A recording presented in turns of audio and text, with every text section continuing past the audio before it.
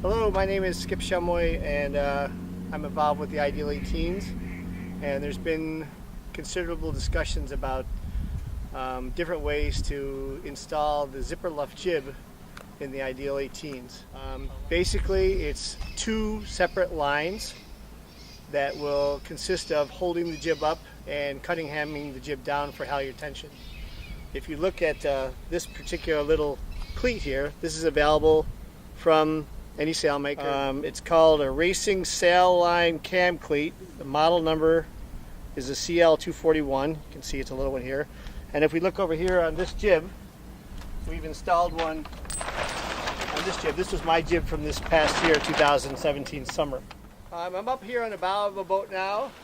If you will be converting your jib setup from the original fixed attachment point at the top, meaning a jib with a forestay sewn in, to a zipper Luff jib like this one here, you're going to need to get some additional parts and change some things out. Originally, at the top of the mast, there is a long T-ball fitting and a bigger swivel for the furler. The new setup up top, to allow us to have a halyard, so we can have a halyard in the thing, consists of a smaller T-ball fitting, a smaller swivel, and a Harkin 313 block. Those three items are the same distance as the original two items, which means the forestay length remains consistent and has not changed since day one.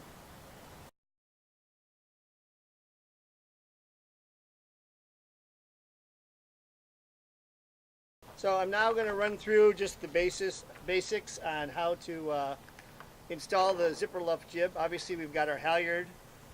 This is a Spectra halyard, very, very, very low stretch. Going through the Harkin block up top, and it's tied off very short right here, so we don't have any leftover, bowline with a couple extra hitches just to make sure it doesn't come off. And the zipper Luff jib just gets put here inside.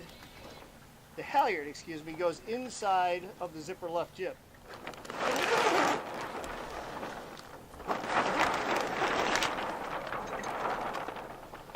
Now we've got the jib most of the way up, 3/4 maybe of the way up. I'm holding the halyard with one hand, and what I'm going to do is just run it here under the forestay, just one time. Poke it through here and bring it up, so that I'm now pulling the halyard up rather than pulling it down, because it's using the clevis pin for the forestay as a turning point. Okay? And then I'm going to pull it up basically the whole way now. And you can see here that I've tied a little clinch knot about eye level off the deck, which is going to be another turning point. So the halyard's basically up all the way now. And what I'm going to do now is I'm going to just come through this little loop right here, and now I'm going to be pulling the halyard down again. Okay? So I've got it going down again.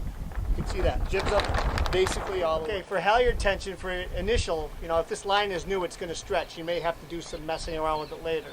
But we want the jib to basically be an inch off the deck, roughly, for now, for all purposes. So I've got my halyard that comes down, comes back up through this line, right here tight, around the forestay, and tie some knots.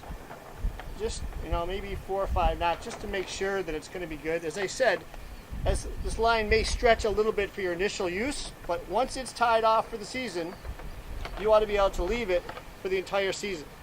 I've tied it off really tight, right here. And as I said, the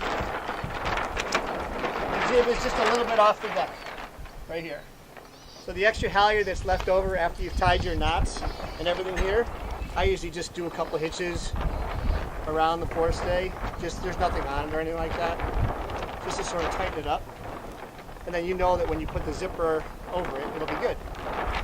So we do that. Now we come up here. We finish zipping the jib shut. Everything will fit in here, nice and neat.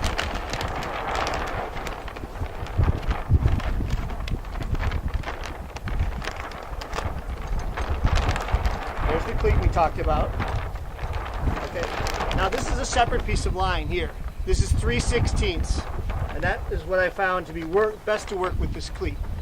Again, the 3/16 line, just put it down through the same place where the halyard went through, and come up and go through the cleat.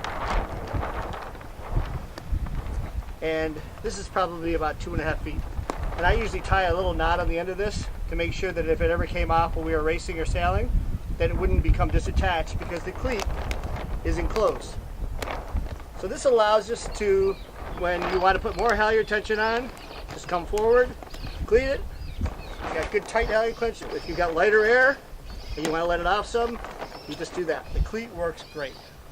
So then that's basically the halyard. You might want to tape up some things here, but in general, you know, maybe a little bit of adjustment throughout the summer to the halyard if for some reason the jib ends up being a little bit too low or a little bit too high, but it should last, yeah, for a whole summer.